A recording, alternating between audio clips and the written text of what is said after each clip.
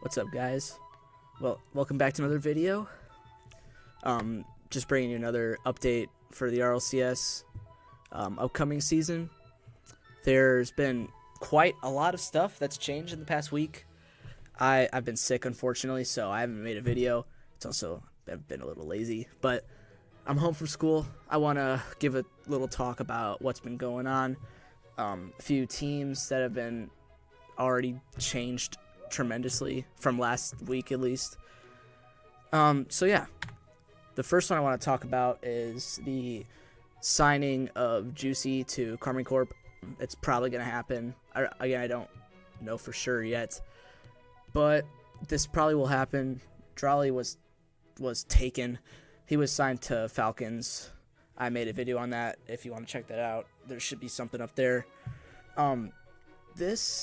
I don't really know what to think about this change, because the thing about Drolly is that he's the #1 player. You can't really improve with another player, and unless maybe Zen. But losing Drolly is a big hit to Karmine Corp, and apparently Vatira and Atto have been playing well and have good chemistry with Juicy, and they were already looking at signing him before they got Drolly last year. But yeah, I think this team should still be a top contender for the EU or for the EU side of RLCS. And what do you guys think? I don't know Juicy too well. He was on Gentlemates. I like Gentlemates. They were fun to watch. He's a LAN goat. He's very good when he needs to show up. He does. But yeah, that's the first big announcement. The second thing I want to talk about is the Shopify Rebellion situation. It seems as if Shopify has dropped their 3 players that took them to Worlds, Reddles, 2Piece, and Wavy. I don't know where they're going to go, but it seems like they're going to take 2/3 of the Ultimates and pick up Kofor to get a pretty good team. A lot of people were looking at this and thinking, why LJ and not Chronic? But I am a big LJ believer, and I think that this will be a good team. I mean, obviously it's going to be a good team, but I think they have potential to. It's just the Ultimates 2.0. Very high potential, very low floor to hit. But yeah, this is another big one. Kofor, he will be playing with 2 veterans. Hopefully this will elevate him to become a superstar. I mean, we saw him elevating the demo game with Space Station and making top 8 in Worlds with that very young team. I think that was his first in-person playing experience that the 3 SSG players had, and he showed up. I don't remember who they were against, but they didn't make it out of top 8, but they did make it there, and it proves that he has potential. And with First Killer and LJ, this should be a pretty good team. Maybe number two in the NA side, but we'll see. I mean, it's just Ultimates minus Chronic, so we'll see how it works. And they actually have a org now. I don't think Ultimates was an org, but they don't have Sad Jr. anymore, I don't think. But they do have Violent Panda, which is okay. This is all still alleged, but they're going to have Violent Panda, I think, which he's a really good coach. So we'll see. I think they'll probably be top 2, and they'll be making lands, no doubt, because it doesn't look very good for NA. There's not a lot of depth past the top 4 teams. Like unlike EU has 9 teams that could make a LAN, but we'll see. This team should be good. The third update I want to give is the change in Space Station Gaming's roster. After Scribbles retired and Kofor was signed to Shopify, they decided to pick up Diaz from Complexity and Chronic from the Ultimates and kept Reveal. Again, this should be a good team.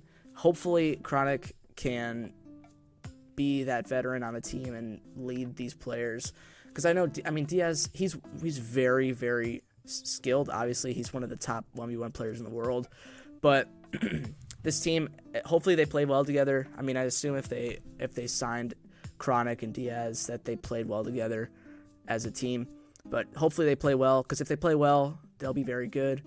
I hope Chronic can prove himself. I mean, he has proven himself. He's won a LAN before, but I want to see him play more. Same with Reveal. He's still a young player, and I hope that these two guys can help elevate him to his highest potential, and hopefully NA can remain competitive with the other regions in the world. Credits to Shift RL. They didn't, on their Instagram page at least, they don't show the last thing I want to talk about. It's the addition of Stizzy to Vitality. I mean, a lot of people, I'm just going to leave it at this. I don't know. This is just showing credit to Shift. I mean, go follow him, whatever. He's very, very helpful in the RLCS scene. But a lot of people thought First Killer would join Vitality, which a lot of other people thought that was a bad idea, including me. I thought they could only disappoint. And I'm glad First Killer's staying at NA. I like to see that depth in NA. That's my home. That's my home region. But Stizzy replacing Monkey Moon on Vitality should be fun. Stizzy has shown in this past year that he's very mechanical, very explosive, and he has a high. I mean, all these players have high potentials, but he was popping off at least at the Raleigh Major. And he's just such a fun player to watch. And putting him with Zen and Exotic, I mean, I hope that meshes well, because both, I mean, they're all very mechanical, but Zen especially is like, he's Zen. He's like the most mechanical player in the world. But I know that they've played together. I know that they've been playing together, and that they decided this is the best bet. So hopefully this should be a good team. So hopefully they can actually prove themselves and actually win and compete against Carmine Corp, because Carmine Corp, I'm assuming, is going to be the number one team. I don't know what's going to happen to the Dignitas org. They might sign another team, but Jack and Jorias are probably going to disband. So I don't know what's going to happen with them. But Stizzy to Vitality should elevate Vitality, because they had to change something, because they could not touch Carmine Corp. Now that Drali is off of Carmine Corp, they shouldn't be untouchable anymore, at least in the EU region. I mean, they weren't untouchable because Dignitas and GK, both of them won a regional against Carmine Corp, but we'll see. It should be good. EU, like I said, EU has like 9 teams that can make LANs, so we'll see how this works. Hopefully this this roster change will push Vitality to the top 2, because that's where they should be, but we'll see. I can't think of anything more. I guess Virtus Pro released their roster, and they're looking to pick up an EU or NA team to put their name out there more. I mean, good for them. Apparently, this is a OG org, but I don't really care. I mean, don't get mad at me if you like Virtus Pro, but this is just, I mean, it's an update. It's not very fun. Like, they got rid of Sphinx, Catalysm, and Sosa, which, I mean, poor Sphinx, but he should be, I think he's still playing with Catalysm, and he's picking up a second player to fit that 2/3 rule, but we'll see. Not that I don't care. I mean, it's good to see that other teams or other orgs are still interested in the Rocket League scene, because, I mean, this game hasn't been going down a good path, but we'll see. Virtus Pro has a lot of money, I think, and they have a lot of eyes on them, so hopefully this will help the RL competitive scene if they pick up a new team. Alright, but that's it. I just wanted to give a little bit of an update to what's been going on. Sorry, I've been sick, so haven't been posting.